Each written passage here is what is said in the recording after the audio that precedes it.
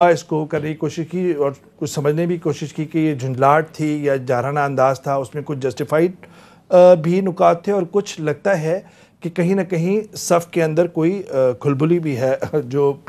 Pakistan Peoples party کے صفوں میں۔ آپ کو ان کا یہ ایگریسو جو پوسچر ہے اس پہ کیا لگا آپ کو؟ دیکھیے، پاکستان پیپلز پارٹی کی جو سیاست ویسا پچھلے کچھ عرصے میں رہی ہے، اور پچھلے کچھ عرصے سے مراد میری ہے 2-3 سال آپ اس میں کر لیں، وہ ریئیکشنری سیاست رہی ہے کہ ان کے ساتھ کچھ ہوتا ہے تو جواباً جو ہے وہ یہ پھر اس کا رد عمل دیتے ہیں۔ اس سے پہلے بھی ہم نے دیکھا جب کیسز کی بات ہوئی تو پیپلز پارٹی سے اسی طرح کا رد عمل آتا ہے۔ پچھلے دنوں جب ان کی گرفتاریاں تیز ہو جاتی ہیں تو پھر ان کی طرف سے رد عمل آنا شروع ہو جاتا ہے۔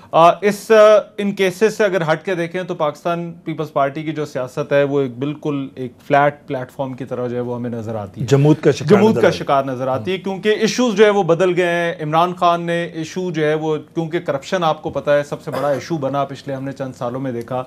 پی ایم ایل این کے پاس بھی الیکشن میں جو ہے وہ ایشو تھا، وہ ووٹ کو عزت دو کے نعرے پہ نکلے تھے، مگر پیپلز پارٹی کا کسی کو، پیپل پارٹی کے اپنے لوگوں کو بھی جو کلیئر نہیں تھا کہ وہ کس نعرے پہ جو ہے وہ الیکشن لڑے۔ تو میرا خیال ہے ابھی یہ جو ہو رہا ہے، اور خاص طور پر 18 مارچ والی جو تاریخ ہے جب نیب کو اپنی جو ہے وہ جے آئی ٹی کو جو ہے وہ اپنی تمام تر چیزیں جو ہے وہ حوالے کرنی ہے اور یہ معاملات آگے بڑھنے ہیں، تو یہ ٹائمنگ جو ہے یہ بڑی امپورٹنٹ ہے اس وقت جو کچھ ہو رہا ہے۔ اس ٹائمنگ پہ پریس کانفرنس اور اس طرح کے ایشوز کو ہائی لائٹ کرنا میرا خیال ہے یہ پیپلز پارٹی کی طرف سے ایک رد عمل ہے ان کیسز کا جو کہ ابھی آنے والا ہے۔ اچھا،